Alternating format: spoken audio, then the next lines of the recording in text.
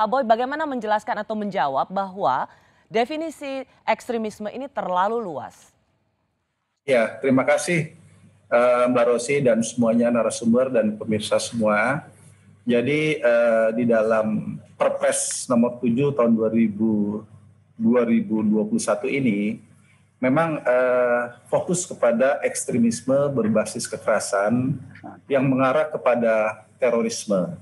Jadi di dalam hal ini dapat dikatakan bahwa ini adalah sebuah regulasi pelengkap dalam kita mengeliminasi potensi terjadinya ancaman terorisme.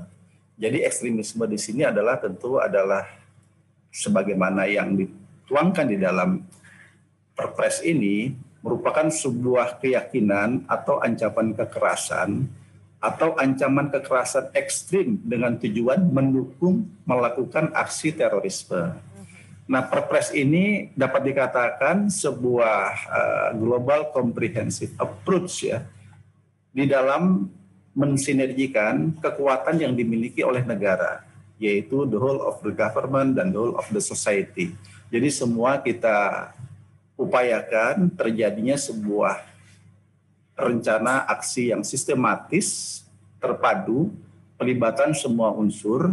Karena apa? Karena kita cinta kepada negara kita yang berdasarkan ideologi negara Pancasila, memiliki konstitusi negara Undang-Undang Dasar 1945. Pak Boy, bagaimana kita bisa menyinergikan kekuatan kalau dari sisi definisi saja itu masih dianggap multitafsir? Tidak ada yang dapat menangkap dengan jelas soal definisi ekstremisme itu, Pak Boy. Ekstremisme di sini tentu kita tidak, sekali lagi saya katakan, tidak kemana-mana, tidak bias, yaitu ekstremisme yang berbasis kekerasan yang mengarah terorisme. Nah, dalam hal ini tentunya kita melihat potensi terjadinya ancaman terorisme itu selalu diawali dengan sebuah sikap yang ekstrim. Contohnya dalam sebuah keyakinan. Ada dari hasil tentunya berdasarkan suatu proses pengalaman yang kita lakukan, yang kita jalankan dalam proses penegakan hukum di dalam kejahatan terorisme ini. Tidak menutup kemungkinan terjadinya penyalahgunaan teks agama dalam masyarakat tertentu, kelompok tertentu, dan kemudian dengan mudahnya atas nama Tuhan melakukan tindakan kekerasan dan bahkan melakukan pembunuhan. Ini adalah sebuah sikap yang tentunya harus diluruskan.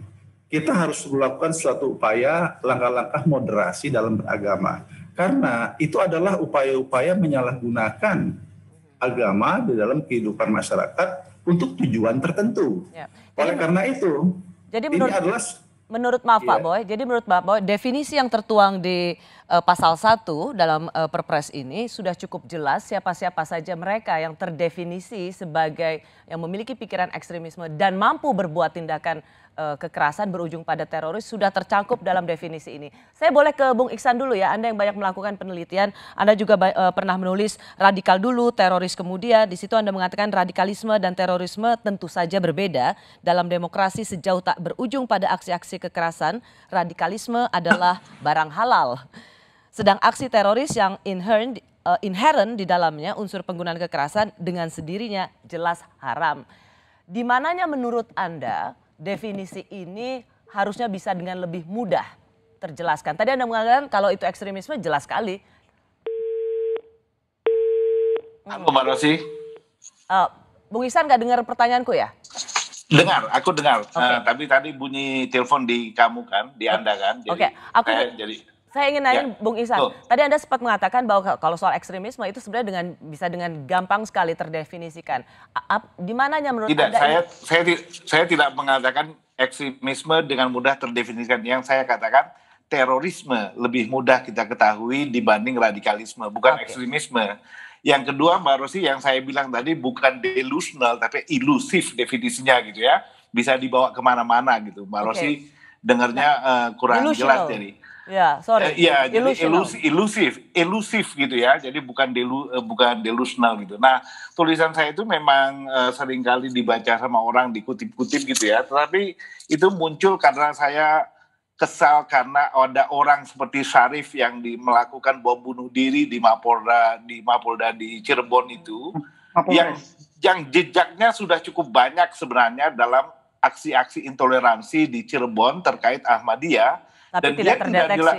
Tetapi bukan tidak terdeteksi, saya kira ya sangat terdeteksi. Polisi jagolah Pak Boy itu, teman-temannya Pak Boy itu, saya tahu mereka bisa tahu, tapi nggak ada langkah tegas untuk menangani dia sampai kemudian dia pada akhirnya harus membom masjid di Mapolda itu gitu.